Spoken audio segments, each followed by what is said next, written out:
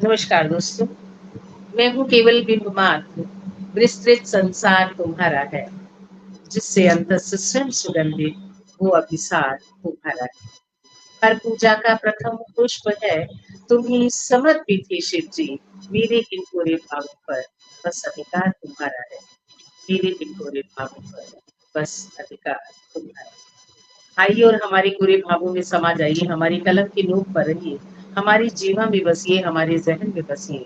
हम जो भी कहें, हम जो भी लिखें, हम जो भी बोले, वो देश हित में हो, लोक हित में हो, समाज हित में हो, दिलों से निकले और दिलों तक पहुंचे। जो बात हम अपनी कहना चाहें, जहां तक पहुंचाना चाहें, वो आपके जरिए वहां तक पहुंचे। इसी आशा और इसी उम्मीद के साथ हम जुड़ते हैं आज के इस प्रोग्राम। हमारे बीच में है आदरणीय आलोक पुराणिक जी। अभी हाल ही में आपसे मेरी बातचीत हुई थी, लेकिन वो मंच अलग था, वहाँ के दर्शक अलग थे, वहाँ की संस्थापिका अलग थी, सब अलग था, तो यहाँ सुनने वाले भी बिल्कुल नए हैं। कुछ एक लोग कॉमन हो सकते हैं, लेकिन बहुत से लोग नहीं भी होंगे, तो हम कुछ पुरानी बातें करेंगे और कुछ नहीं। सबसे पहले इस पथगामिनी मंच का मैं बहुत बहुत शुक्रिया अदा करती हूँ और मंजुला जी का शुक्रिया करती हूँ कि जो ये खूबसूरत सा मौका मुझे फराहम कराती हैं कि मैं आप जैसे लोगों से बातचीत कर सकती हूँ, आपके साथ बैठ सकती हूँ। इसी जरिए बहुत कुछ सीखने को मिलता है, बहुत कुछ सुनने को मिलता है और बहुत सी बातें मैं दर्शकों तक पहुंचा पाती हूँ। सबसे पहली बात तो जो मैं आपके नाम के साथ लिखी हुई देख रही हूँ, सोचा कुछ और था, लेकिन यही बात मेरे जहन में आने लगी है कि आलोक पुरानी खुद को व्यंगकार मानते हैं। तो इसे क्या कहेंगे आप? ये जी, आत्मबोधता है, अ, या आत्मविश्वास है, या आत्मसम्मान है, ये क्या है? मैं आपको ये एक्सप्लेन करूं कि साहित्य की या क्रिएटिविटी की दुनिया में आपको इस तरह के बयान बहुत मिलते हैं कि साहब मैं तो उसे कवि मानता ही नहीं, या मैं तो उसे हुँ, शायर मानता ही नहीं। तो हर एक का यस, कहने यस। का हक है। हर एक का कहने का हक है कि आलोक पुराणिक को मैं व्यंगकार मानता नहीं, तो मैं पहले ही सेफ कहता हूँ कि भैया मैं खुद को मानता हूँ, बाकी आप माने ना माने आपका आपका हेडेक है। मैं मतलब मुझे खुद इस बात ने इतना मुतासिर किया ना कि कई बार मैं अपने भाई से बात करती हूँ जो डॉक्टर है, तो अपने बारे में बताने लगती हूँ, तो वो बोलता है, दीदी बस ना ज्यादा तारीफ मत किया करो, अपने आप ना आत्ममुग्धा लगती हो। मैंने कहा देखो तुम मेरे फील्ड में ही हो, तुम्हें कुछ पता नहीं चलेगा, तो मैं कहीं से आके बताऊं किसको कि मेरे साथ ये हुआ, आज ऐसा हुआ, ये हादसा, ये सुखद एहसास मुझे हुआ। तो ये पढ़ के मुझे बहुत आनंद आया है। हाँ, तो तो ये सेफ है कि हम तो खुद मानते हैं भैया, बाकी किसी से मनवाने के चक्कर में नहीं। आपकी मर्जी को मान लो, अपनी मर्जी को मानो, हम खुद को मान लेते हैं। नहीं, इसमें सीरियस बात भी बहुत है कि अगर हम खुद को नहीं खुद कुछ मानेंगे, तो सामने वाला तो पहले ही तैयार बैठा है इस बात के लिए कि वो हमें कुछ ना माने। मैं कुछ ऐसा मानती हूँ। बाकी आप क्या कहना चाहेंगे इसकी हकीकत के बारे में?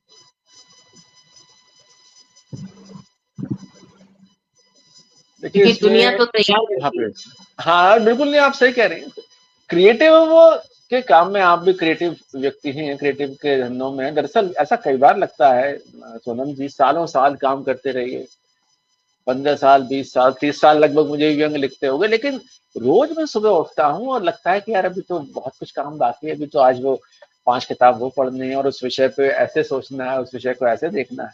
जी, तो क्रिएटिव जर्नी में ना, जैसे कम से कम मुझे कोई ये भाव नहीं आता कि मैं वरिष्ठ हो गया या मुझे कोई बहुत लंबा एक्सपीरियंस हो गया। मुझे लगता है भैया कि अभी बस रास्ते में चल रहे हैं, रास्ते के मजे ले रहे हैं।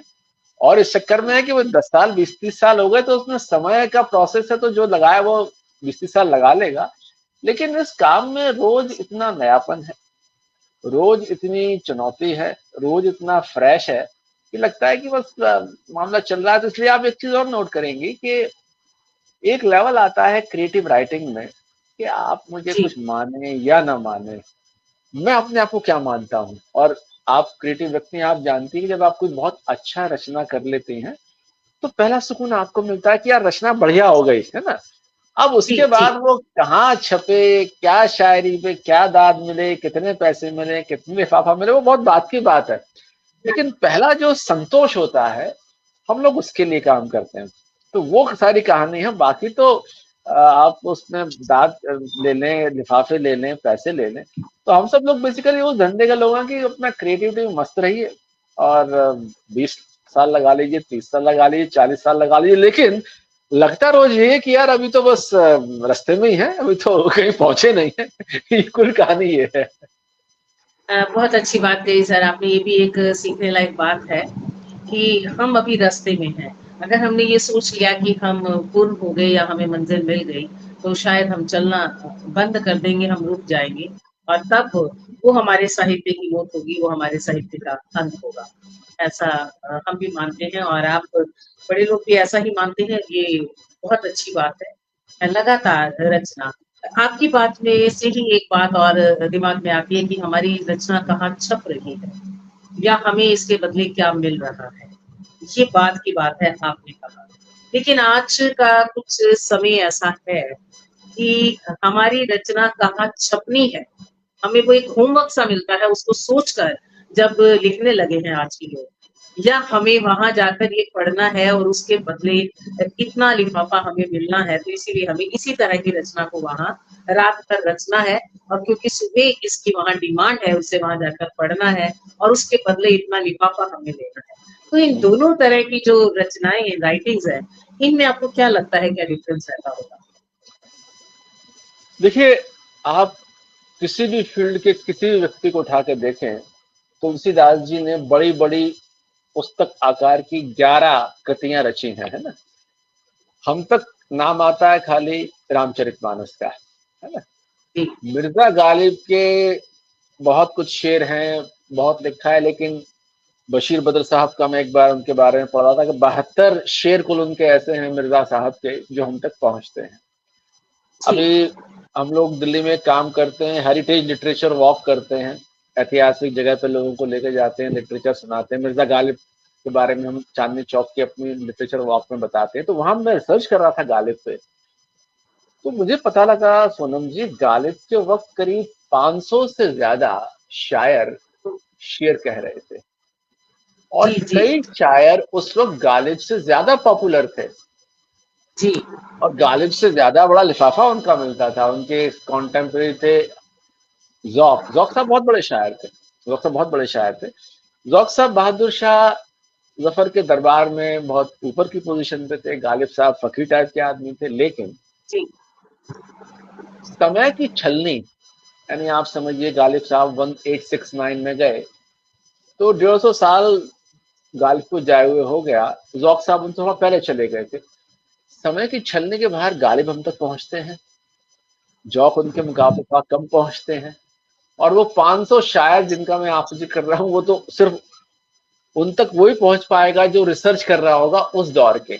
मैं आपसे कहना क्या जी चाह रहा जी हूँ, मैं आपसे कहना ये चाह रहा हूँ कि हम 50 काम करते हैं, 50 तरह से करते हैं, लेकिन समय की छलनी के पार कंटेंट जाता है। कंटेंट में कितना दम है ये जाता है। सोनम जी कितने आयोजकों को जानती हैं, सोनम जी कितने अखबार के मालिकों को जानती हैं, आलोक पुराणे कितने संपादकों को जानते हैं, ठीक है। राइट 50 साल 100 साल बाद आज का वक्त देखा जाएगा भाई कि उस वक्त जो लोग लिख रहे थे, तो गालिब 150 साल बाद हमारे सामने खड़े हैं अपने शेरों के साथ, तो गालिब के काम में दम है ना, कंटेंट में दम है ना। राइट जी और कंटेंट में भी हर कंटेंट में दम नहीं है। तो मुझे ऐसा लगता है कि एक राइटर होता है, 50 तरह के प्रेशर में काम करता है। भाई सोनम जी का कॉल आ गया, भाई कल सावन के गीत लिखने हैं, कि परसों दिवाली का गीत लिखना है, कि हैप्पी न्यू ईयर आ रहा है। तब सोनम जी को पता है भाई सर्किल में जाना है, मना नहीं कर सकती, सोनम जी ने लिख लिया। लेकिन सोनम जी जी जी अगर जी अपने काम के प्रति ईमानदार हैं, तो सोनम जी लिखते वक्त भी जानते हैं कि मैंने लिखा क्या है ये। और जी जी सोनम जी को ये पता है कि भाई इसको भले ही तालियां ज्यादा मिल जाए, इसका एप्रिसिएशन ज्यादा मिल जाए, इस पे लिफाफा मोटा मिल जाए, लेकिन हर राइटर को, जैसे होता है ना, हर माँ को ये पता होता है 3 बच्चों में कि हर बच्चे का रंग ढंग क्या है। एक है बच्चा जो बहुत क्लबिंग लेके आ रहा है क्लास से, और एक बच्चा बहुत इंट्रोवर्ट है लेकिन बहुत पढ़ाई कर रहा है, तो माँ को पता होती है यार ये बच्चा अलग तरह का बच्चा है, ये बच्चा अलग तरह का बच्चा है। तो हर रचनाकार को अपनी रचनाओं का अंदाजा होता है। अब अपनी ये रचना होता की। दरअसल क्या है, हाँ आपको होता दरअसल क्या है कि वो ट्रेजेडी कई बार क्या होती है, हमें लगती है कि यार ये रचना तो बहुत अच्छी है। अब पब्लिक ने उसको उतना पसंद नहीं किया। मेरा नाम जोकर बहुत शानदार फिल्म बनाई थी राज कपूर ने अपने लिहाज से, पब्लिक ने उसे वैसा पसंद नहीं किया। फिर बनाई नहीं। सत्यम शिवम सुंदरम, वो सुपर डुपर हिट हो गई। लेकिन वो सत्यम शिवम सुंदरम डेफिनेटली राज कपूर की सर्वश्रेष्ठ फिल्मों में से एक तो फिल्म नहीं है। तो जनता क्या पसंद करती है वो एक अलग कहानी है, अलग। और हम अपने हिसाब से क्या बेस्ट देते हैं वो अलग कहानी है।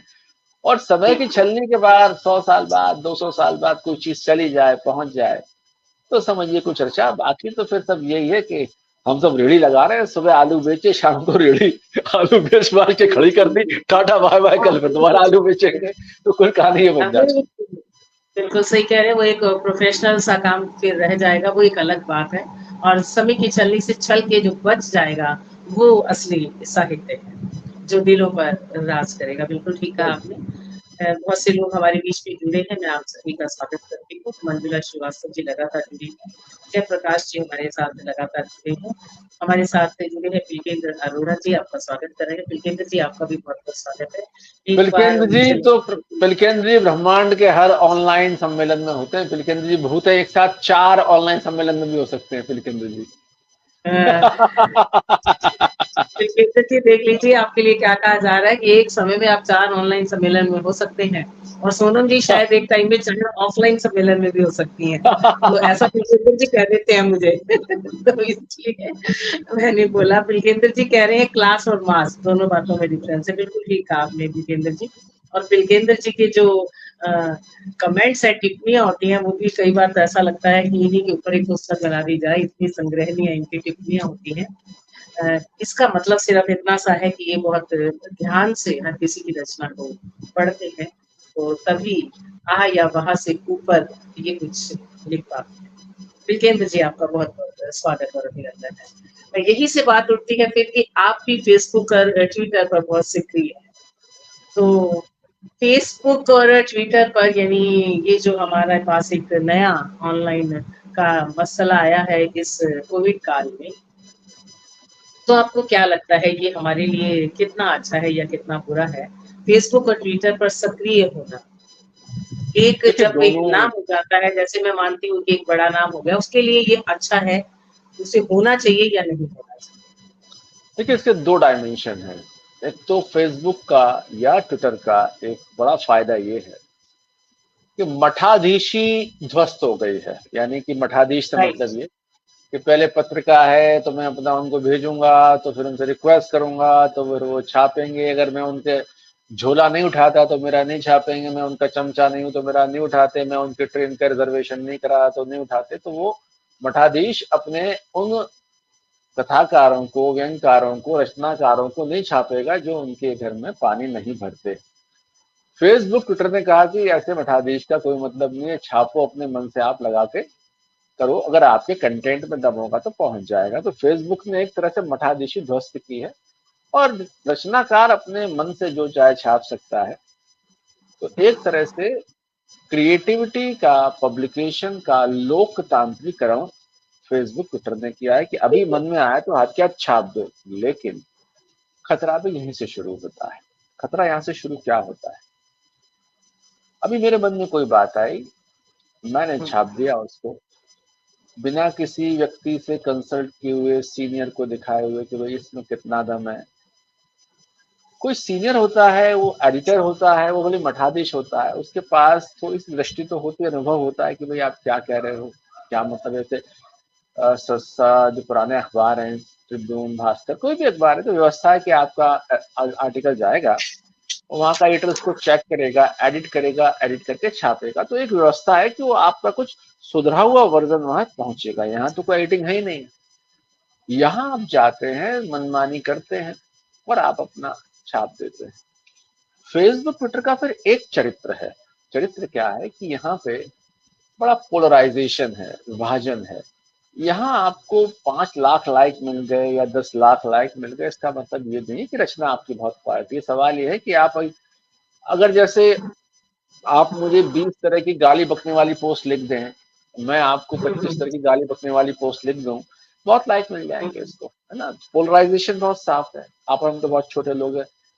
Rahul Gandhi versus Modi, Trump versus Kamala Harris, गाली गलौज का माहौल आप कर दें तो तो इंसान की फितरत है कि झगड़े में और मार पिटाई में बड़ा मजा आता है ना। सड़क पे मजा आता आप है, जा रहे हैं और दो वर्गों में लड़ाई हो रही, तो आप रुक के देखेंगे भाई क्या हो रहा है।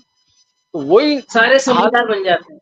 हाँ, ट्विटर और फेसबुक का हाल वही है, एक्सट्रीम हम्म, पोजीशन लेके मारधाड़ झगड़ा। तो फेसबुक ट्विटर की लाइक्स को अगर आप अपने साहित्य की गुणवत्ता का स्तर मान लेंगे तो आप खतरे में आ जाएंगे, क्योंकि वो क्राइटेरिया नहीं है।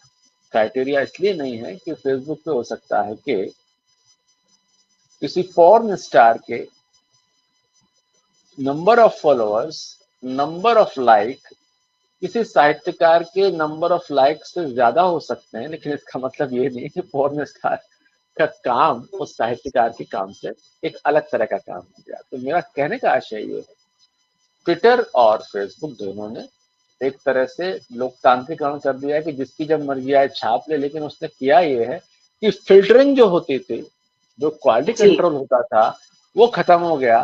तो बहुत सा कूड़ा बिना फिल्टर हुए छप के आ जाता है। बल्कि अब तो एक समस्या और हो गई है, अभी फेसबुक ट्विटर पे मैं देखता हूँ वो चक्कर चल गया है कि वो आ, किताब छापने का एक आयोजन होता है कि तमाम 5-7 साहित्यकार मिल किताब छाप लेते हैं, और एक एक साहित्यकार के पास 10-10, 20-20 और 25-25, 50-50 गजल संग्रह और कविता संग्रह और इस तरह का है। तो इसमें दिक्कत साहित्यकार की, राइटर की क्या हो जाती है कि एक तो होता है कि आपका काम है, और एक होता है आपका फर्जी काम।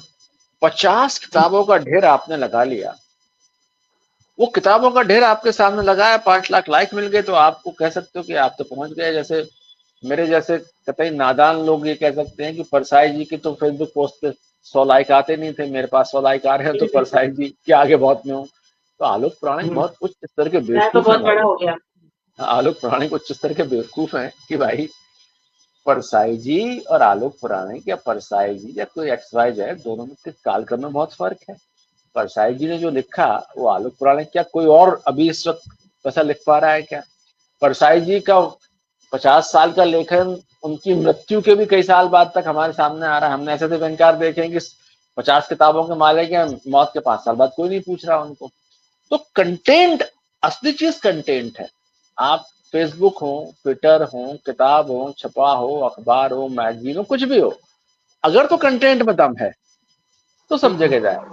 और अगर कंटेंट में दम नहीं है, आपको फर्जी लाइक, फर्जी तालियां, फर्जी सब कुछ मिल गया, तो वो आपके लिए घातक है, क्योंकि फिर आप उस फर्जी उपलब्धियों के चलते वास्तविक सृजन की ओर नहीं जाएंगे। ये बहुत बड़ा खतरा है जो फेसबुक करता है कि आपको लोग मिलते हैं 3 साल से फेसबुक पे, उनकी 5 किताबें हो गई, ये हो गया वो हो गया, वो सुबह से शाम तक वो सब सम्मेलन जीवी हो गए हैं।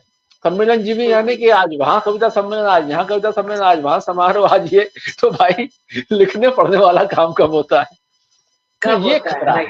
है, ये खतरा है। इसको समझना चाहिए, एक माध्यम का इस्तेमाल करना चाहिए कि भाई इसको हम कैसे इस्तेमाल करें। मैं हर एक से रिक्वेस्ट करूंगा कि साहित्य की फील्ड में आप आए तो जो भी आपका एक पसंदीदा राइटर हो, सीनियर राइटर हो, उसको उससे बातचीत करें, संवाद करें, उसकी राय लें कि साहब ये मैं पोस्ट कर रहा हूँ तो वाकई मुझे पोस्ट करनी चाहिए या नहीं करनी चाहिए, क्योंकि ये नहीं करनी चाहिए। समय बड़ा निर्मम होता है, समय बड़ा जी जी। क्रूर होता है। इतिहास के कूड़ेदान में ऐसे ऐसे साहित्यकार पड़े हैं जिनकी अपने वक्त में सारी पत्रिकाओं में जुगाड़ें थी, सारी पत्रिकाओं में छपते थे, और आज हम उनको जानते भी नहीं। हम लोग हमेशा रहने वाले नहीं है, तो हमें कोशिश करनी चाहिए कुछ ऐसा कर जाए कि जो काल की सीमा से छलनी के पार जा पाए। उसके लिए हमें बहुत सी ट्विटर है। और फेसबुक दोनों को समझना जरूरी है। बिल्कुल बिल्कुल ठीक कह रहे हैं आप। आदरणीय प्रदीप श्रीवास्तव जी भी हमारे साथ जुड़े हैं लगातार, और वो आपकी बात की ताकीद कर रही है, तारीफ कर रही है। बहुत बहुत शुक्रिया प्रदीप शुक्रिया। जी। इकबाल सैनी जी कह रहे हैं कि मुझे इस प्रोग्राम में ऐड कर ले। तो इकबाल जी, मैं आपको ये बताना चाह रही हूँ, ये बातचीत का सिलसिला चल रहा है, कोई कवि सम्मेलन नहीं चल रहा है। हम इसमें आपको ऐड नहीं कर सकते। आगे कोई प्रोग्राम होगा तो हम अपना नंबर छोड़िए, हम आपको जरूर ऐड करेंगे। विकेंद्र अरोड़ा जी कह रहे हैं कि फेसबुक कभी कभी डस्टबिन और पीक का अंसार लगता है। आपकी बात पहले ही अपनी बात में कह दी है बिल्कुल आलोक जी ने, यही वो कहना चाह रहे थे। उन्होंने इनडायरेक्ट वे से कहा, आपने डायरेक्ट वे से कहा। राजेंद्र कुमार जी कह रहे हैं मंच का और मंच पर मौजूद सभी साहित्यकारों को अभिनंदन, बहुत बहुत अभिनंदन। रमेश रमन जी बहुत बड़े गीतकार हमारे बीच में उपस्थित हैं, आपको नमस्कार करते हैं। जयप्रकाश जी कह रहे हैं कि अब जो ये एडमिन है मंचों के, वो भी मठाधीशी कर रहे हैं, तो क्या कहेंगे सर इसके बारे में? रमेश रमन जी कह रहे हैं कि पोस्टरबाजी भी सुबह से शाम तक चलती रहती है। जी हाँ रमेश रमन जी, यही बात उन्होंने कही है। तो मठाधीशी एडमिन भी कर रहे हैं आजकल। बेशक बहुत से पेज बन गए हैं, बहुत से ग्रुप बन गए हैं। आप आलोक जी बताएंगे इसके बारे में क्या? देखिए देखिए, एक सिंपल सी बात है कि जिसने कोई पेज, कोई पटल, कोई मंच, कोई यूट्यूब चैनल कुछ भी स्थापित किया है, तो वो अपने आप में छोटी मोटी सत्ता का मालिक तो होता है। और सत्ता का मालिक है तो उसका अपना उपयोग दुरुपयोग अपने हिसाब से करेगा। भाई अगर आपको उससे असंतोष है तो आप अपना मंच, अपना पटल शुरू कर लीजिए। तो राइट राइट। मुझे ये लगता है कि शिकायती भाव क्रिएटिव आदमी को नहीं रखना चाहिए। भाई ठीक है, नहीं समझ में आ रहा, अपना शुरू कर दो। और अगर आपसे उतना काम नहीं हो पा रहा तो मान के चलिए भाई उसके में कोई संगठन कौशल है, उसने कुछ ऐसा बनाया है, उसने कुछ 1000 2000 3000 लोगों का उसने अगर समूह जोड़ा है, तो कुछ उसमें ऐसा होगा जो हमें नहीं होगा। तो मुझे लगता है कि इसको हाँ पॉजिटिवली लेके भाई के दूसरी बात ये कि दिन भर या रात भर या 24 घंटे इतना इतना साहित्य डिस्कशन का मुझे कोई अर्थ दिखाई पड़ता नहीं है कि आप एक सुबह रचना डालिए, उसमें फिर 5 लोग कमेंट करें और 4 लोग नाराज हो जाएं, फिर मैं तुझे देख लूंगा, तेरी औकात क्या है, इस तरह की चीजें बहुत सारे मंचों पर देखता हूं मैं। जी क्या इसका कोई साहित्यिक अर्थ है? या तो डिबेट हो तो उसका नहीं, एक तरीका हो, उसका एक स्तर हो। तो ये सब वही जो कह रहे हैं हमारे पुलकिन जी कह रहे थे ना कि वो डस्टबिन वाली बात है कि आप कुछ भी कहिए। अब आप देखिए कि एक वक्त था जब धर्मियों की या सारिका या किसी और पत्रिका में कोई एक कविता छपती थी, एक कहानी छपती थी, पूरे देश में उसकी गूंज होती थी, है ना, क्योंकि उसमें बहुत ही सधे हुए हाथों से वो कहानी कविता लिखी जाती थी, उसका संपादन करने वाले लोग बड़े अनुभवी लोग होते थे। अब फेसबुक पे दिन में रोज 1000 कविताएं आती हैं, 1000 आ रहा है, तो कौन केयर कर रहा है? नहीं। है ना? हाँ सही बात है। जो फेसबुक पे अपनी संस्था चला रहा है या काम कर रहा है, उसे बैक स्टेज कितना काम करना पड़ता है और कितना समय देना पड़ता है आज के हाँ, समय में। जिसने अपना समय दिया उसने बहुत कुछ दिया। वो आपकी बात भी बिल्कुल सही है कि आज के समय में 4 लोगों का एक परिवार हम नहीं संभाल सकते एक राय के साथ, तो 4 से 5000 लोगों को एक साथ जोड़कर चलना, ये भी अपने आप में हाँ, बहुत बड़ी ये बात है। और जो कर रहा है उसके प्रशासनिक कौशल को नमन करना उसकी चाहिए।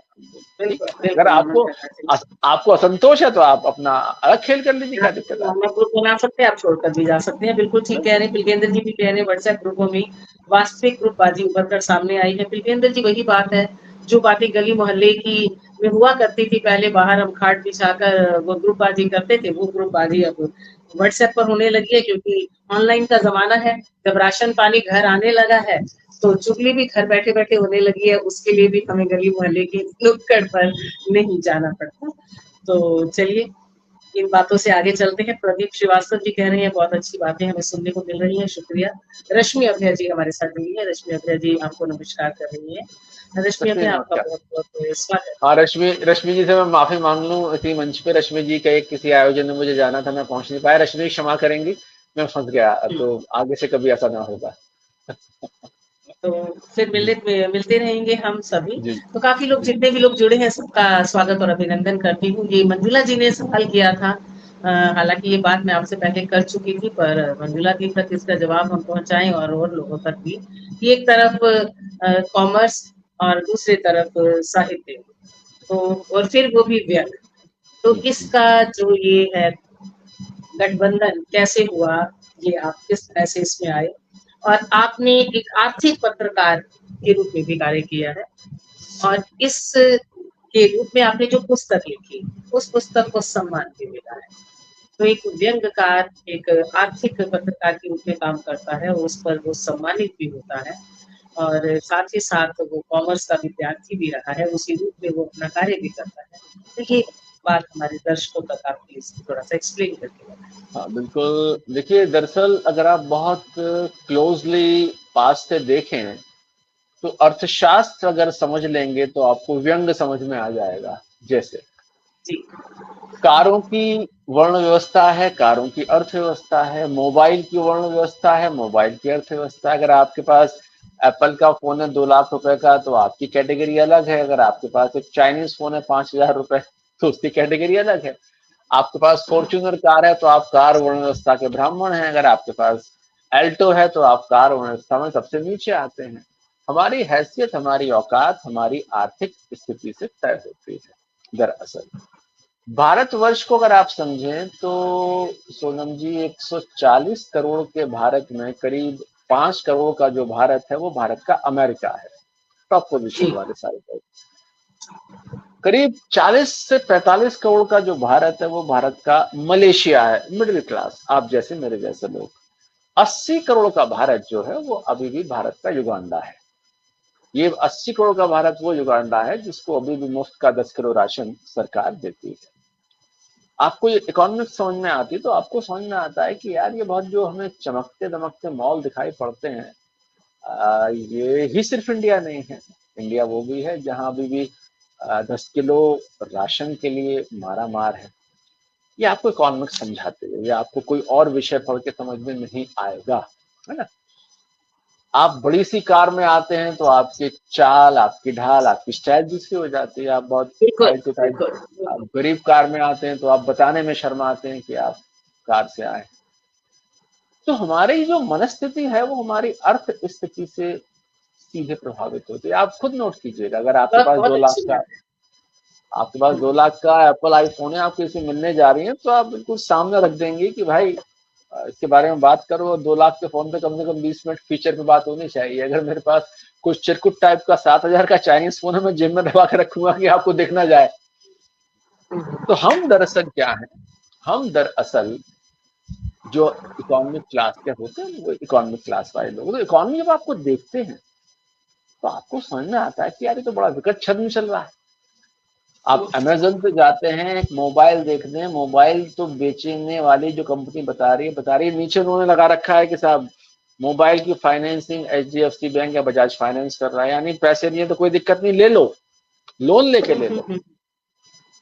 अब हमने लोन ले लिया और 7,000 8,000 की EMI बन गई, उधारी पे बिल्कुल। जिंदगी चल रही, उधारी पे जिंदगी चल रही।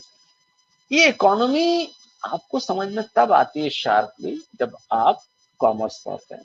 तो आर्थिक पत्रकार के बाद मैंने कॉमर्स बहुत तबीयत से पढ़ी, अच्छी तरह से पढ़ी, आर्थिक पत्रकारिता तो पढ़नी ही पड़ी। तो मुझे बहुत सारी चीजें समझ में आ रही हैं जो शायद नॉन कॉमर्स से समझ में नहीं आते। तो अब व्यंग के साथ अद्भुत बात क्या है कि ये बड़े से बड़े जटिल मसले को भी एक बहुत सहज भाषा में कहने का हुनर दे देता है।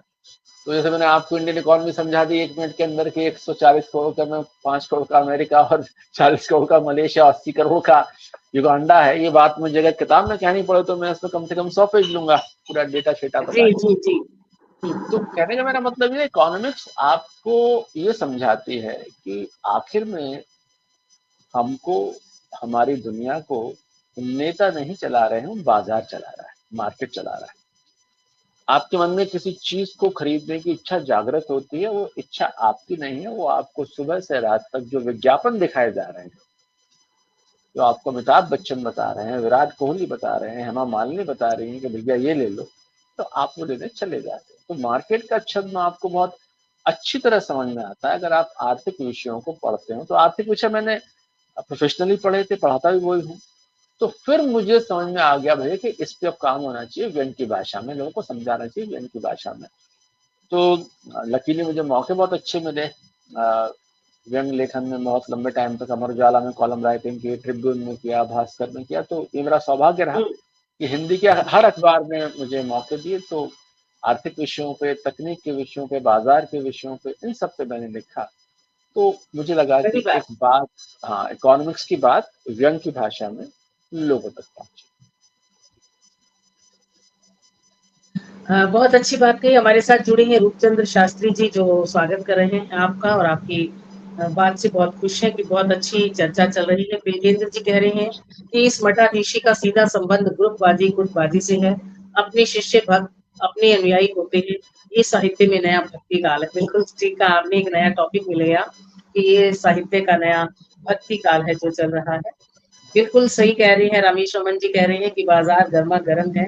और इसी विषय पर आपकी एक पुस्तक भी है, जिसमें आप लिखते हैं कि व्हाट्सएप के पढ़े लिखे लोग।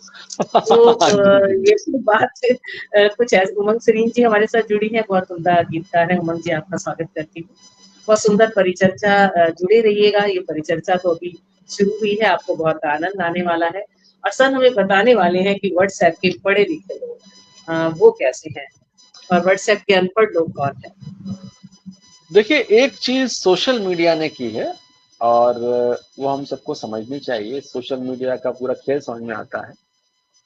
सोशल मीडिया में अगर आपके पास चुटीले वाक्य हैं, आपको प्रेजेंटेबिलिटी है, तो नॉन एक्सपर्ट भी एक्सपर्ट बन जाता है। जैसे आपको सोशल मीडिया पे इकोनॉमिक्स पे, हिस्ट्री पे, सोशियोलॉजी पे, इतने तकनीकी विषयों पर ज्ञान बांटते हुए ऐसे लोग मिल जाएंगे जो 2 दिन पहले किसी मोबाइल का रिव्यू कर रहे थे, वो आज आपको इकोनॉमिक्स के बारे में बता रहे हैं। लेकिन हम लोग सुन रहे हैं क्योंकि उनकी बताने की शैली बहुत अच्छी है, बहुत अच्छी शैली बहुत दास्तान। अच्छी, हाँ, शैली बहुत अच्छी है, दास्तान बहुत। तो उनके लाखों व्यूज हैं, लाखों व्यूअर्स हैं। बहुत बहुत सोशल अच्छी मीडिया, बात कह रहे हैं सर आप। हाँ, तो यूट्यूब में तो चलिए फिर भी वो कुछ बता रहा है आपको, कुछ एक्सप्लेन करने की शैली है। व्हाट्सएप बिल्कुल खुला मैदान है। यहाँ तो आपको कुछ करने की जरूरत नहीं है। जो आपके मन में आए, मैं आपको भेज दूं कि सोनम जी आज रात को 2:20 पे पानीपत के ठीक ऊपर से एक उपग्रह गुजरेगा जो आपके घर के ऊपर गिर जाएगा, ऐसा मैंने पीछे पढ़ा है। अगर आपने इस मैसेज को आगे 108 बार प्रवाहित नहीं किया तो आपके ऊपर गिर जाएगा। ये कतई बेहुदा मैसेज है, कोई मतलब नहीं है इसका। लेकिन लेकिन सोनम जी भी सोचेंगे यार आगे भेजो, क्या दिक्कत है, बवाल काटो, आपने भेज दिया उसको। हिस्ट्री हमको पढ़ाई जा रही है साहब, उसमें हिस्ट्री पढ़ाई जा रही है कि हमको अलाउद्दीन खिलजी एक बार जब चांदनी चौक में गए तो चांदनी चौक में अपने चाचा की हत्या के बाद उन्होंने अशर्फियां बांटी। अब इतिहास का विद्यार्थी होने के नाते कोई पूछ सकता है कि महाराज अलाउद्दीन खिलजी और चांदनी चौक के टाइम पीरियड में कई सेंचुरीज का फर्क है। चांदनी चौक बहुत जी, बाद में आया, अलाउद्दीन खिलजी बहुत बाद में पहले आ गए। हाँ, पहले लेकिन आ गए। लेकिन आप व्हाट्सएप पे डिबेट नहीं कर सकते। व्हाट्सएप पे नहीं डिबेट कर होती नहीं सकते। है। व्हाट्सएप पे डिबेट होती नहीं है। व्हाट्सएप में आपने एक बात कह दी तो आप देखिए व्हाट्सएप पे मैसेज क्या इतिहास आ रहा है, क्या भूगोल आ रहा है। तो व्हाट्सएप के पढ़े लिखे व्यंग संग्रह में रहा है और इसको सौभाग्य से उत्तर प्रदेश सरकार का हरिशंकर प्रसाद सम्मान 2020 का मिला। तो व्हाट्सएप के पढ़े लिखे में मैंने ये बताया भैया कि पढ़ा लिखा होना एक अलग बात है, व्हाट्सएप का पढ़ा लिखा होना दूसरी बात है। व्हाट्सएप का पढ़ा लिखा ब्रह्मांड के हर विषय पर अपनी राय पूरे अधिकार से दे सकता है।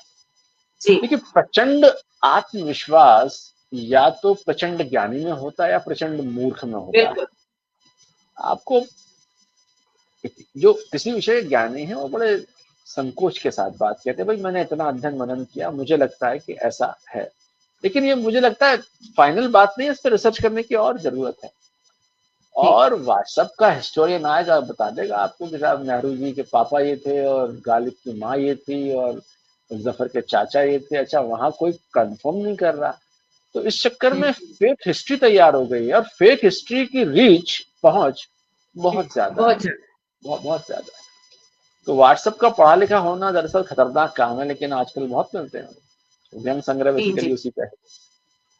बिल्कुल, बिल्कुल। बहुत बहुत ही अच्छी बात आपने मेरे मन की बात कही, क्योंकि हमारे आस-पास मैंने ऐसे 1-2 लोग देखे हैं जिनका दूर-दूर से क्रिकेट से कोई लेना-देना कभी नहीं था, या उन्होंने पूरा मैच भी कभी नहीं देखा। लेकिन उसके बाद वो इसकी इतनी अच्छी उसकी हाँ, करते हैं ना खोजबीन की, जैसे सब कुछ उन्हें ही पता था। तो वैसा ही कुछ आपने कहा। उमंग सरीन जी लगातार जुड़ी हैं, प्रदीप श्रीवास्तव जी लगातार जुड़े हैं, रूपचंद्र शास्त्री जी आपकी बात से सहमत हैं। और सर जो हैं, आप सभी को बताना चाहती हूँ, लव पर डिस्काउंट भी दिलवाते हैं। हाँ, अब ये हाँ, हाँ लव जी, पर डिस्काउंट कैसे दिलवाते हैं, ये सर हमें हाँ। बताएंगे, क्योंकि बहुत से लोग यहाँ कविता, गीत और मुक्तक और छंद लिखने वाले हमारे साथ अरे जुड़े हुए हैं, वाह, क्या बात, जो क्या बात। उसको श्रृंगार की बातें करते हैं। तो आप उन्हें जरूर बताएं कि लव पर डिस्काउंट कैसे होता है। लव फॉर डिस्काउंट मेरे एक व्यंग्य संग्रह का नाम है, राधा कृष्ण प्रकाशन ने जी, या राजकमल ने, दोनों एक ही हाउस है, दो में से किसी एक ने छापा है इसको। लव दरअसल आप देखें सोनम जी बहुत बाजार आधारित गतिविधि हो गई है ना। आप जब छोटी रही होंगी, हम भी जब छोटे थे, तब वैलेंटाइन डे को इतना बड़ा इवेंट नहीं हुआ करता था ना। अब तो जी वैलेंटाइन डे जी। की बाकायदा तैयारियां होती हैं, कई हफ्ते पहले तैयारियां होती हैं उसमें। Valentine day chocolate, Valentine day भालू और जाने क्या क्या होता है। तो मैंने इस पे, आप तो खैर तब कवि लोग हैं श्रृंगार रस के, तो आप तो प्रेम को अलग तरीके से देखेंगे, लेकिन एक व्यंग्यकार और एक ऐसा व्यंग्यकार जिसने अभ्यास पढ़ा, वो प्रेम को अलग तरीके से देखता है। मैंने 2 लाइन लिखी थी कि प्रेम करना इतना हार्ड हो गया है क्योंकि हम्म। 200 रुपए का एक I love you Valentine card हो गया है। कार्ड हो गया है, क्या बात है, क्या बात है। अब भाई, जिसकी हंटी में 200 रुपए नहीं है वो प्रेम करने काबिल नहीं है।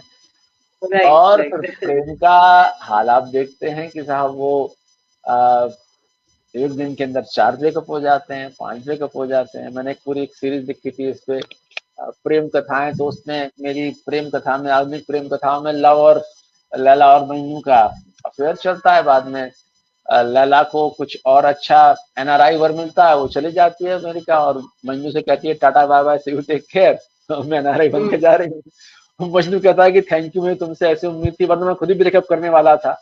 मुझे भी शहर के सबसे भ्रष्ट ठेकेदार से अपना दामाद हाँ चुन हाँ। लिया है, वो मंत्री होने दामाद वाला है, चाहिए। तो सी यू टेक क्या केयर, बात। Bye bye.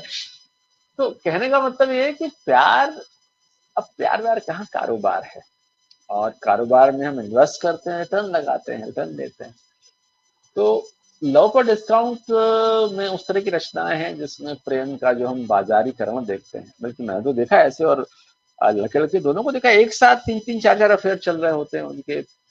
किसी से ब्रेकअप हो गया, एक बैकअप में है, तो ये अच्छा बड़ी कॉमन बात है, मतलब ये बहुत सामान्य बात है, कोई ऐसी बात नहीं है। तो ये मूल तक कारोबार है। तो मैंने देखा था कि भाई ये जी जी। पूरा मामला ऐसा ही है। और अगर आपको प्रेम करना है वैलेंटाइन डे पे, तो आपको, अगर जेब में पैसा नहीं है तो आपको डिस्काउंट मांगना पड़ेगा, भैया के पैसे वैसे नहीं है, कुछ चलिए 100 रुपए का पड़ेगा। कार्ड दे दो या 50 रुपए का कार्ड दे दो।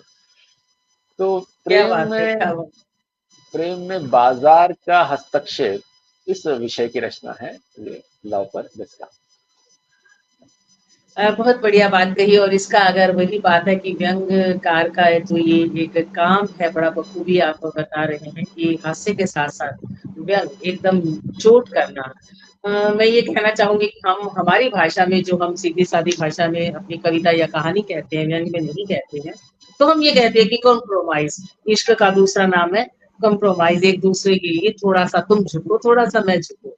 तो वही बात हो गई आपकी भाषा में कि लव में थोड़ा सा डिस्काउंट, थोड़ा सा आप करें, थोड़ा सा मैं करूं। बड़ी खूबसूरत बात रमेश रमन जी, बहुत बढ़िया कह रहे हैं। प्रति श्रीवास्तव जी शानदार चर्चा इसको बता रहे हैं। सभी लोग हमारे साथ लगातार जुड़े हुए हैं, आपका बहुत बहुत स्वागत और अभिनंदन करते हैं, यूं ही बने रहिए। और सच की एक बात बताना चाहूंगी कि आपके 12 व्यंग संग्रह आ चुके हैं हमारे बीच में। तो आपने कब से व्यंग, ये मतलब कविता पुस्तक के रूप में आनी शुरू हुई, और कितने समय में लगा आपकी ये 12 संग्रह? देखिए, मेरा पहला आर्थिक पत्रकार था, तो आर्थिक पत्रकारिता में आने के कई साल बाद व्यंग लेखन शुरू किया। मैंने पत्रकारिता के साथ जी व्यंग शुरू नहीं किया। 1996 में मैंने व्यंग लेखन शुरू किया। मेरी पहली किताब 2002 में आई, व्यंग संग्रह राजकमल से आया था 2002 में। हाँ, और उसके बाद तो फिर आते रहे। दरअसल मतलब बड़ा मुझे, जो मैं काम कर चुका होता हूँ ना, मुझे जैसे आपने याद दिलाया नाम, तो मुझे अब नाम याद आ रहा है। जो मैं काम, मेरी किताब छप गई ना, अब वो मेरे मेरे दिमाग से बाहर है। अब मेरे जो नया अच्छा। काम कर रहा हूँ वो उसमें है, मतलब वो कि जो वो फिल्म उससे बन आप गई, बहुत अच्छी बात जो है सर। फिल्म बन गई, रिलीज हो गई, किताब छप गई, मतलब उससे मुझे बहुत मजा वजा नहीं आता। ठीक है, हो गया, अब अगला काम क्या है। जी जी, ये तो भी अपने आप में एक लेसन लेने वाली बात है कि जो आपने करा उसको करके आप साइड में रख के भूल चुके हाँ हैं, और उसी में डूबे हुए हैं जिसमें आप हैं, जो चल रहा है। हाँ, तो वो बहुत जो अच्छी भी बात। नया नया काम है, आगे क्या करना है, हो गया तो हो गया। तो कुल मिला के 12 व्यंग संग्रह थे। और 2002 से 2024, करीब 22, हाँ 22 साल में 12 संग्रह हैं। 2 साल और आ जाएंगे तो। हाँ, तो मतलब ये कि इस तरह का व्यंग संग्रह, मैं इन दिनों काम कर रहा हूँ, एक व्यंग उपन्यास पे काम कर रहा हूँ मैं। जी जी जी और व्यंग उपन्यास, इतिहास पर आधारित व्यंग उपन्यास, मतलब इतिहास पे बेस्ड उपन्यास। फैक्ट इतिहास के होंगे पर व्यंग उसमें क्रिएट होगा, तो वो काम बड़ा काम है। और मैं बहुत ईमानदारी से अपने काम को लेके, अगर आपसे कहूँ क्या तो 12 बहुत 12 बहुत 14 15 शुभकामनाएं। 12 14 15 20 व्यंग संग्रह आ जाएं, लेकिन 90% इसमें से व्यंग वाला काम मुझे नहीं लगता कि काल की छलनी से बाहर जाएगा। इसमें से एक व्यंग संग्रह है, सिर्फ एक प्रपंच तंत्र कथाएं। दरअसल वो पंचतंत्र कथाएं दरअसल क्या है कि वो दफ्तर में जब नौकरी करते हैं तो उसमें क्या क्या तरह के पेच आते हैं कि चमचागिरी कैसे करें बॉस की पत्नी को कैसे सेट करें, कम काम करके ज्यादा सैलरी कैसे लें, इस तरह की व्यंग कथाएं हैं। वो दैनिक जागरण में छापी थी बहुत साल पहले। तो वो एक ऐसी रचना है जो कि अ, सार्वकालिक कह सकते हैं, 10 साल पहले भी थी, आज जी भी थी, 5 साल बाद भी थी। और बाकी जो तात्कालिक विषयों पर लिखी रचनाएं हैं, मुझे नहीं लगता कि उनकी उम्र बहुत है।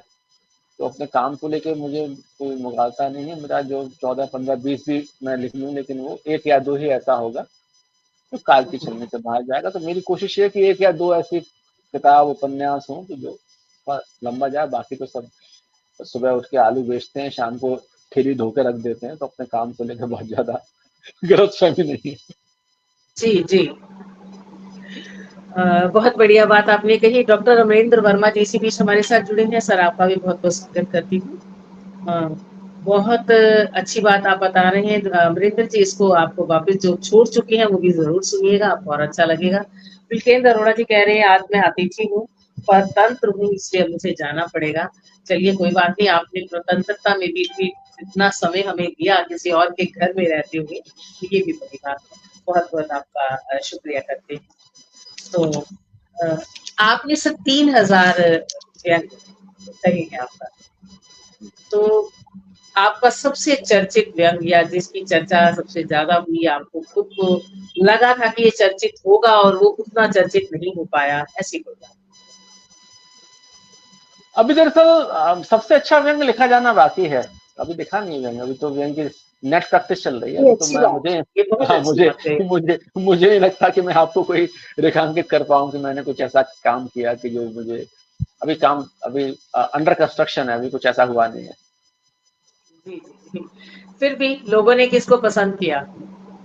देखिए, एक मेरा व्यंग है जो मैं तमाम मंचों से पढ़ता भी हूँ, और कई कई समय में मुझे बुलाया जाता है तो मैं व्यंग अपना पढ़ता हूँ। तो वो मेरा व्यंग था बेसिकली कि कस्टमर केयर जिस तरह की हमारी हो गई, आपका मोबाइल खराब हो जाए, आप एयरटेल या वोडाफोन या किसी और टेलीकॉम कंपनी के पास कस्टमर केयर के लिए आप जाएं तो हमसे उसमें सुनिए, आप खास तौर पर मंजुला जी। जी जी। तो वो आपको ये लेडी जो आपको रिसीव करेगी, वो ये दबाती रहती है कि एक ऑप्शन दबाइए, एक फिर दूसरा दबाइए, तीन फिर दबाइए, तीन फिर दबाइए, चार। तो इस एक्सपीरियंस से मैंने ये विजुलाइज किया कि यार अगर ये हम कर लें कि आतंकी को इनवाइट किया जाए कि तेरी जहां मर्जी हो आके आतंक के धमाके कर ले, बस शर्त ये है कि तुझे उस कस्टमर केयर प्रोसेस से गुजरना पड़ेगा जिस कस्टमर केयर प्रोसेस से कोई भारत का सामान्य क्या बात है। टेलीकॉम उपभोक्ता गुजरता है। तो वो हम्म। कॉल करेगा कि मुझे बम धमाके करने हैं, तो होता है कि एक दवाइए अगर आपको लाल किले में करना है, दो दवाइए जी अगर जी। आपको कुतुब मीनार में करना है, तीन दवाइए अगर आपको हम्म। चांदनी चौक में करना है। अब आतंकी कह रहा है कि मैं एक दबा के क्या लाल किले में बम धमाका कर सकता हूँ। वो बताया कि मैं जी हम्म। नमस्कार धन्यवाद आपको बताना चाहूंगी कि एक दवाइए अगर आपको लाल किले के दीवाने खास में धमाका करना है, दो दवाइए अगर आपको दीवाने आम में धमाका करना है, और तीन दवाइए अगर आपको शाहजहां के बेडरूम में धमाका करना है। अब आतंकी का ब्लड प्रेशर बढ़ना शुरू हो जाएगा, कहेगा क्या मैं तीन दबा के लाल किले में शाहजहां के बेडरूम पे धमाका कर सकता धमाके हूँ। जैसे। मैं नमस्कार धन्यवाद बताना चाहूंगी कि एक दवाई अगर आपको साइकिल बम से धमाका करना है, दो दवाई अगर आपको कार बम से धमाका करना है, तीन दवाई अगर आपको मोटरसाइकिल बम से धमाका करना है। अब फ्रस्ट्रेशन का लेवल है, आतंकवादी खुद ही पागल हो रहा है। वो कह रहा है प्लीज टेल मी फाइनली, क्या मैं तीन दबाऊंगा तो शाहजहां के बेडरूम में मोटरसाइकिल बम से धमाका हो जाएगा। मैं भी बताना चाहूंगी आपको कि एक दवाई अगर आपको बजाज की बाइक से धमाका करना है, दो दवाई अगर आपको एनफील्ड की बाइक से धमाका करना है, तीन दवाई अगर आपको होंडा की बाइक से धमाका करना है। तो लंबी रचना है। आखिरी में वो कहता है कि मुझे आतंकी कहता है मुझे कुछ नहीं दबाना, मुझे तेरा गला दबाना है। सही बात है। वो ऑपरेटर कहती है कि ये विकल्प मेनू में मौजूद नहीं है, आपको दोबारा दोबारा कॉल करके। तो आतंकी फ्रस्ट्रेशन में खुद ही आत्महत्या कर लेगा, ये उसका क्रक्स था कि कस्टमर केयर का लेवल ये है। वाकई बहुत ही खूबसूरत, मजा आ गया सुन के। आनंद भी आ रहा है और ऐसा लग रहा है कि ये समय खत्म ना हो, ऐसा ऐसा लोग कहने लगे हैं। देखिए, आपकी ये खूबसूरत सी बातें सुन के अभी तो चल रहा है ये शो। तो सर, आप व्यंग्यकार जो है, one liner, two liner, half liner, इस तरह से अपनी रचनाओं को कहते हैं, तो ये किस तरह से इसको कहा जाता है कि वन लाइनर क्या है, हाफ लाइनर क्या है, टू लाइनर क्या है, किस तरह से आप इसे हमारे देखिए, दर्शकों तक? तो हम सबका जो अटेंशन स्पैन है, यानी हम जी। किसी चीज पर कितना ध्यान रख सकते हैं, वो लगातार कम होता जा रहा है। जैसे आप ही नोट कर लें, आप आज आधा घंटा लगातार बिना डिस्टर्ब हुए एक किताब नहीं पढ़ सकते हैं, है ना। कोई कॉल आ जाएगा या आपके अंदर से भाव होगा, यार मैंने डाला था फेसबुक पे स्टेटस, वो चेक करूं कितने लाइक आ गए, मतलब अनइंटरप्टेड आपको पास टाइम। तो करीब 5 साल मैंने सोचा कि भाई अगर व्यंग हम एक लाइन में या 2 लाइन में या 3 लाइन में कह पाए, तो लोग उसको पढ़ना, देखना, सुनना पसंद करेंगे। तो हमने शुरू किया कि 1 लाइन में व्यंग करेंगे। हालांकि कोई नया काम नहीं है। अगर आपने हिंदी की आप अगर छात्रा रही हो, तो दोहे दरअसल इसी तरह की विधा है कि 2 लाइन में सारी बात कहने वाली विधा है, 2 लाइन में बड़ी जी। बात कह दी जाती है। वो सतसैया के दोहरे, जो नावक के तीर देखन में छोटे लगे और घाव करे गंभीर वाला जो गंभीर। कंसेप्ट है। हाँ, तो 2 लाइन में बात कर लें। तो 1 लाइन में काम मैंने किया और आज भी करता हूँ, किसी एक घटना पे, दिन की किसी एक घटना पर, वो उससे हम ऐसा पिरोएं व्यंग में कि 1 या 2 या 3 लाइन में बात पूरी हो जाए। कई बातें आधी लाइन में पूरी हो जाती हैं।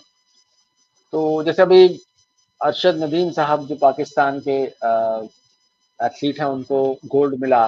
तो मैंने इस पे लिखा कि भाई अरशद साहब को गोल्ड मिला, तो उन्होंने बताया पाकिस्तान में प्राइम मिनिस्टर को कि भाला फेंकने पे मुझे गोल्ड मिला। तो पीएम ने कहा कि भाई हम तो खाली बम फेंकने के एक्सपर्ट है, ये भाला भाला कहाँ से आ गया भाला कहाँ से आ गया, क्या अफगानिस्तान से स्मगल किया या हिंदुस्तान से। तो हम्म। अरशद नदीम को एक्सप्लेन करना पड़ा कि साहब ये मेरी व्यक्तिगत उपलब्धियां हैं। या एक बड़ा रियल फैक्ट आया कि पाकिस्तान से गधे एक्सपोर्ट होते हैं चाइना को। मतलब ये रियल फैक्ट में इकोनॉमिक सर्वे में है। तो पाकिस्तान जी या जी। तो गधे एक्सपोर्ट करता है या आतंकी, और आतंकी। गधे आतंकी एक्सपोर्ट करता है। और थैंक गॉड गधे कम नुकसान पहुंचाते हैं। तो गधों का एक्सपोर्ट बढ़े, ऐसी हमें दुआ करनी चाहिए। तो बस ये दिन भर आप खबरें देखते रहें, कुछ आपको चीजें दिखाई पड़ जाती हैं, तो कम में आप बड़ी बात कह सकते हैं। तो वो एक बेसिकली 1 लाइनर, जी। हाफ लाइनर या 2 लाइनर का एक वो कंसेप्ट। तो निरंतर अखबार में निरंतरता बनाए रखना, बहुत सी न्यूज़पेपर्स में आप लिखते हैं, नवभारत टाइम्स, हिंदुस्तान, दैनिक भास्कर, दैनिक ट्रिब्यून, आई नेक्स्ट, हरिभूमि, इत्यादि इत्यादि। तो सब में एक ही जो नहीं, आपका होता है सब या में सब अलग में अलग? अलग सब सब में में अलग होता है। हाँ, तो सब में अलग होता है। तो अगर आप 6 अखबारों में लिख रहे हैं, तो आपको हफ्ते के 6 व्यंग क्रिएट करने हैं। तो जी, सब में काम अलग, वही जानना चाह रहे हैं। सब में काम अलग अलग होता है, कॉमन नहीं होता कोई कॉमन। तो आपका तो दिल उसके और दिमाग, मुझे लगता है कितने घंटे इसमें उलझा रहता होगा फिर, मतलब क्योंकि वही चीज जो है वो दोबारा रिपीट तो आप नहीं कर सकते नहीं दूसरे नहीं, पेपर के पॉसिबल लिए। नहीं। तो आप वो सोच प्रोफेशनली भी अलग, एकदम। और वो व्यंग भी अलग, और वो टारगेट भी अलग। इसलिए मैं अपने दर्शकों, पाठकों से निवेदन ये करूंगा कि व्यंग पढ़ के मजा आता है, हंसी आती है, पर व्यंग आसान काम नहीं है। व्यंग के लिए आपको जी। होमवर्क करना पड़ता है। मैं 10 से ज्यादा अखबार रोज पढ़ता हूँ, हिंदी अंग्रेजी के। क्या और बात है। आर्थिक विषयों के, अंतर्राष्ट्रीय मसलों पे नियमित नजर रखता हूँ। और मैं पढ़ता बहुत हूँ।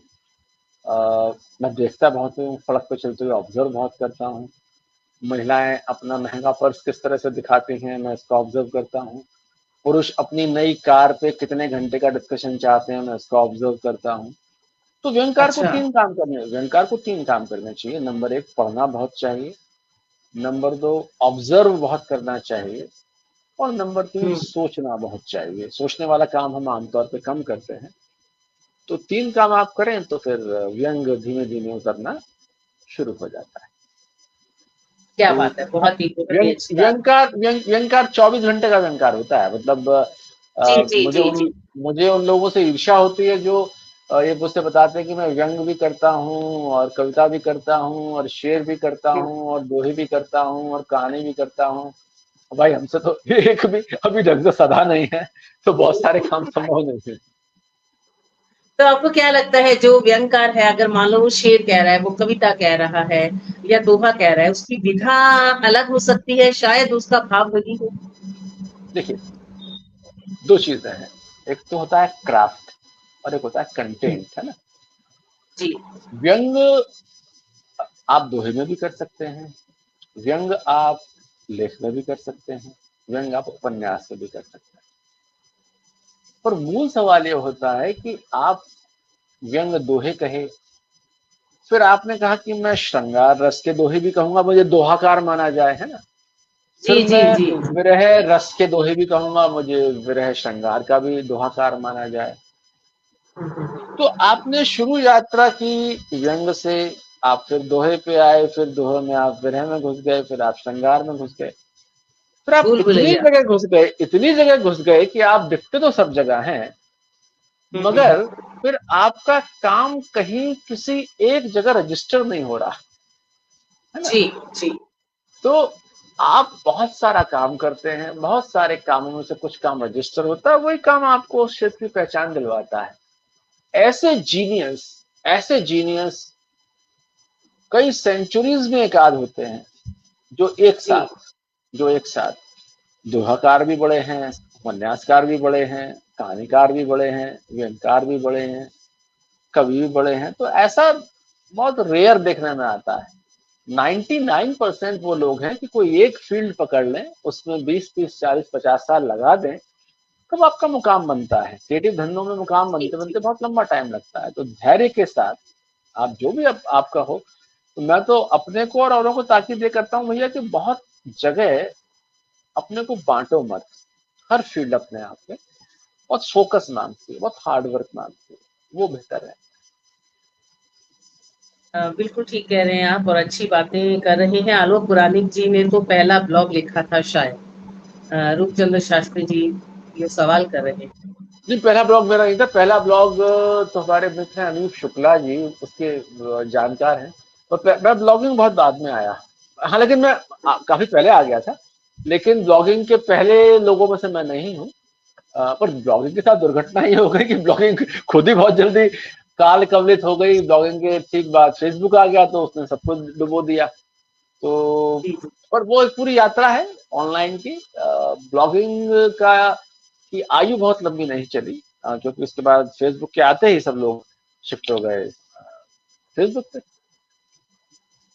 जी, और उमंग सरीन जी कह रही हैं कि बड़ी पैनी नजर चाहिए। एक दिन में 4 तरह का अखबारों के लिए या 5 तरह के अखबारों के लिए व्यंग लिखने के लिए।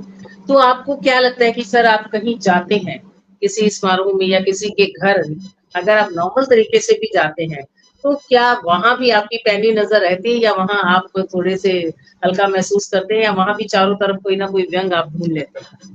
ठीक है, व्यंगकार नजर का खेल है, नजरिया है ना, नजरिया। व्यंग क्या है? नजरिया है। तो व्यंगकार नजरिया है, तो शमशान में हो, शॉपिंग मॉल में हो, खेल में हो, कहीं भी हो, तो व्यंगकार ही रहेगा वो। तो उसका दिमाग वैसे ही रिएक्ट करता है किसी भी चीज पे। शमशान घाट जी। में वो अपना व्यंग नजरिया लेके जाता है कि शमशान घाट में भी भाई साहब लोग शेयर मार्केट की बात कर रहे हैं कि भाई साहब आज तो पिताजी हुँ, चले गए, हुँ। बहुत दुख हुआ, लेकिन ज्यादा दुख ये हुआ कि मेरे शेयर में 1 लाख का घाटा हो गया। तो पिताजी का घाटा ज्यादा है कि घाटा शेयर का ज्यादा है। अगर आप शमशान घाट में जो लोग अंदर है उनकी बात आप सुने, तो अद्भुत व्यंग की सृष्टि वहां से होती है। तो व्यंगकार तो मैं आपसे निवेदन कर रहा हूँ 24/7 का मैं, आप जहां भी हैं व्यंगकार ही हैं, व्यंगकार की दृष्टि है, बस ये चीजें निकल के आ जाती हैं।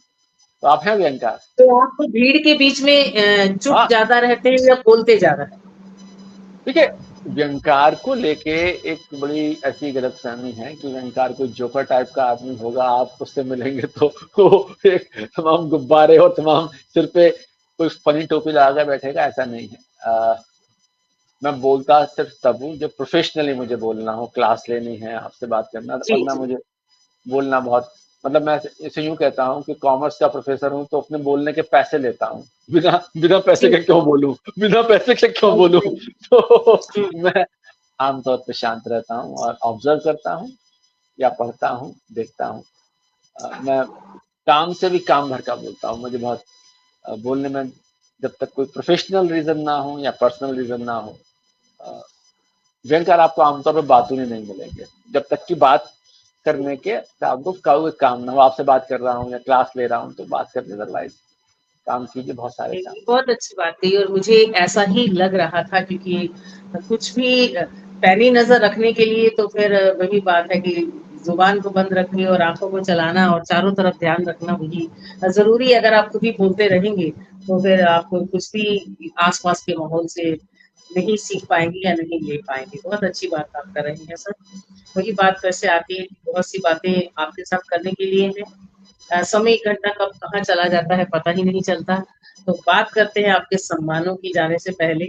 आपको बहुत से सम्मान सर मिले हुए हैं। किसी एक सम्मान की आप बात में कोई हमें संस्मरण बताएँ।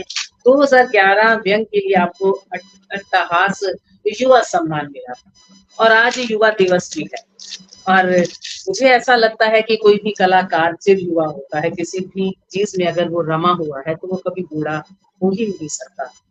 तो आप हमें उसी सम्मान के बारे में कुछ बताएँ। देखिए, एक तो मैं आपको बहुत ईमानदारी से बताऊं कि रचनाकार आप भी हैं, रचनाकार मैं भी हूँ। हम लोग जब रचना करते हैं तो कोई सम्मान, कोई पुरस्कार मतलब जहन में नहीं होता। हम तो काम कर रहे हैं और वो काम अ, साहित्य के कुछ मानकों पे खरा उतरता है तो वो सम्मान मिलता है। व्यंग का हिंदी में एक बड़ा सम्मान है, व्यंग श्री सम्मान। वो जी, मुझे 2017 में मिला था। तो मतलब जी। व्यंगश्री पाने वाला सबसे कम उम्र का व्यंगकार उस वक्त मैं था। और व्यंग के तो मेरे ख्याल में लगभग सारे जो सम्मान है, हरिशंकर परसाई उत्तर प्रदेश सरकार का है, जी, खेल के रविशंकर प्रसाई जैसा सम्मान आप ले दिल्ली चुकी का, हैं 2020 हाँ, में सर, इससे दिल्ली बड़ी का बहुत-बहुत हाथरकी शुभकामनाएँ सम्मान। हो गई आप। तो सम्मान मतलब प्रोसेसेस, आप चलते रहिए, काम करते रहिए, सम्मान आते रहते हैं। और सम्मान मिलना निश्चय ही इस बात का सबूत होता है कि आप कुछ कर रहे हैं। लेकिन सम्मानों से ये ना नापें कि आप मतलब बहुत अच्छा काम कर लिया या इस सम्मान के बाद कुछ करने की जरूरत नहीं। सम्मान का अपना है कि ठीक है, बहुत अच्छी बात है, वेलकम। जी, लेकिन सम्मान पे आप रुक ना जाएं और ये संस्मरण मोड में ना आ जाएं। सबसे बड़ा काम क्रिएटिव आदमी के लिए खराब क्या होता है कि जब वो बंदा संस्मरण मोड में आ जाए, कि जब मैं आपको ये बताने लगूं कि सोनम जी मैंने वो तीर चला दिए, मुझे वो सम्मान मिल गया, मेरा वो आर्टिकल छप गया। एक रचनाकार इस संस्मरण मोड में जाता है, समझिए वो मरण मोड में चला जाता है। यानी भाई तुम्हें ये फील हो रहा जी, है सब कुछ कर चुके हो, तो आगे करने के लिए बाकी क्या जी, है। मैं आपसे ये बात करूंगा, सोनम जी वो सब तो हो गया, अब ये नया काम ये कर रहा हूँ या नया काम ये करना चाहता हूँ, हम लोग नई बात डिस्कस करें, नया प्लान डिस्कस, तो समझिए कि हम लोग अभी काम कर रहे हैं। और जैसे ही मैं आपको बताऊं 80 के, 86 के, 85 के कि ये किससे वो किससे, समझिए कि रचनाकार के पास अब कुछ नया करने के लिए बचा नहीं है। वो खाली पुराने किस्से, भैंस जुगाली करती है ना, आप तो हरियाणा की हैं, आप समझेंगी, भैंस जी, जुगाली करती है, पुराना ही वो अपना मुंह में वो जी, खाती रहती है। जी, जी, तो खाती रहती है, हाँ। जुगाली, हाँ, जुगाली धर्मिता से हम रचनाकारों को दूर रहना चाहिए। नया क्या सोचें, बात है। नया करें, नए प्रयोग करें, प्रयोग करें, नए प्रयोग करें, वन लाइनर, थ्री लाइनर। प्रयोग फ्लॉप हो जाए, पसंद ना आए, दूसरी बात है, प्रयोग तो करें, प्रयोग करें। हुँ। बहुत अच्छी बात आपने कही सर। प्रयोग करें, करते रहें, ज़्यादा से ज़्यादा पढ़ें, ज़्यादा से ज़्यादा सुनें जैसा कि आप कह रहे हैं और कभी भी अपने आप से अपने आप को रुकावाए, अपने आप को व्यक्तित्व जैसा कि मेरे से बातचीत होते हुए मैंने आपको कहा तब भी आपने यही बोला कि अभी मैं चल रहा हूँ, अभी मैं रास्ते पर हूँ। बहुत अच्छी और बहुत बड़ी बात आपने कही। तो आप अपना किसको आदर्श मानते हैं व्यंग की दुनिया में? उनके लिए कुछ बताएँ और हमारे दर्शकों को कुछ जो व्यंग की दुनिया में आज के बच्चे काम कर रहे हैं, उनके लिए कुछ देखिए, व्यंग की दुनिया में मतलब कोई एक ऐसा मेरा आदर्श नहीं है, लेकिन इस वक्त व्यंग के सबसे अ, बड़े जो हिंदी में जीवित नाम है वो डॉक्टर ज्ञान चतुर्वेदी। और कमाल का व्यंग है उनका। हरिशंकर परसाई तो हम सबके बुजुर्ग हैं, व्यंग के बुजुर्ग हैं। शरद जोशी जी, शिवलाल शुक्ल, एक पाकिस्तान के बहुत बड़े व्यंगकार अब तो नहीं रहे, मुश्ताक अहमद यूसुफी साहब, कमाल के व्यंग थे। इंग्लिश में एक बॉम्बे में हुए हैं बहराम कॉन्ट्रैक्टर। बहराम कॉन्ट्रैक्टर साहब अब एक अखबार में थे, अब तो अखबार भी बंद हो गया, कॉन्ट्रैक्टर साहब भी दुनिया में नहीं रहे। तो आफ्टरनून एंड डिस्पैच कुरियर अखबार निकलता था करीब 30 साल पहले, तो उस अखबार के आखिरी पेज पे कॉन्ट्रैक्टर साहब का कॉलम होता था। और मैंने अपनी आंखों से देखा कि लोग अखबार का वो कॉलम खरीदने के लिए अखबार को पीछे से पढ़ना शुरू करते थे। बहराम कॉन्ट्रैक्टर कुछ किताबें शायद अभी मार्केट में हो, तो वो मेरे प्रिय, ये सब लोग मेरे प्रिय रचनाकार हैं, उनको बार बार पढ़ता हूँ मैं। और जो लोग व्यंग में आना चाहते हैं, तो मेरा निवेदन ये है कि व्यंग में आए तो बड़ी गंभीरता के साथ आए, बहुत तैयारी के साथ आए। 3 चीजें से मैंने आपसे पहले भी अर्ज किया कि बहुत पढ़िए, है ना। बहुत अखबार बढ़िया। पढ़िए, बहुत पढ़िए, अखबार पढ़िए, मैगजीन पढ़िए, तुलसीदास को पढ़िए, लोहिया को पढ़िए, ओशो को पढ़िए। अंबेडकर साहब का सारा काम 18 वॉल्यूम्स में, अंबेडकर साहब को पूरा पढ़िए। हमारा संविधान बना था तो कॉन्स्टिट्यूएंट असेंबली, संविधान सभा की डिबेट्स हैं, वो भी हिंदी अंग्रेजी दोनों में उपलब्ध है, कई सारे वॉल्यूम्स में, उनको पढ़िए। तो आपको ये देश समझ, महाभारत पढ़िए, आपको देश समझ में आता है, देश की मिट्टी समझ में आती है। बिल्कुल। अंबेडकर साहब कैसे देख रहे हैं, लोहिया साहब कैसे देख रहे हैं, संविधान कैसे बना है, रामचरितमानस जो हमारे हिंदी भाषी क्षेत्रों का बड़ा परम प्रिय ग्रंथ है, वहाँ उसमें क्या तुलसीदास जी के पास क्या कम्युनिकेशन की कैपेसिटी है कि वो आज तक हमारी अनपढ़ माओ, अनपढ़ दादियों तक को उसके चौपाइयाँ याद हैं। तो क्या तुलसीदास साहब क्या काम कर गए। ओशो ने बहुत कमाल की बात है, मैं कह रहा हूँ कार्ल मार्क्स को पढ़िए, कार्ल मार्क्स को पढ़ के आपको समझ में आएगा कि मार्केट और बाजार किस तरह से आपको चला रहा है। तो मैंने आपको जो बताया, पढ़ने में आपको कई साल लग जाएंगे, क्योंकि मुझे भी कई साल लग गए, मैं पढ़ ही रहा हूँ इनको।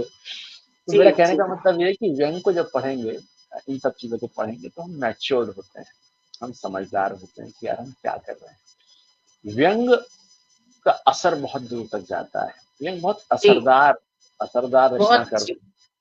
तो आपको अपने काम के महत्व का एहसास होना चाहिए। आपकी कलम से कोई ऐसी बात न निकले जिससे समाज में द्वेष फैले, आपकी कलम से कोई ऐसी बात ना निकले जिससे महिलाओं का अनादर हो, आपकी कलम से कोई ऐसी बात ना निकले जिससे आप समाज के वंचित या कमजोर वर्ग पे चोट करते हुए दिखें। वो सावधानी आपको बरतनी पड़ेगी, और वो सावधानी कितनी और कैसे बरतनी है, इस बात की तमीज आपको पैदा तब होगी जब आप इन सबको पढ़ लें।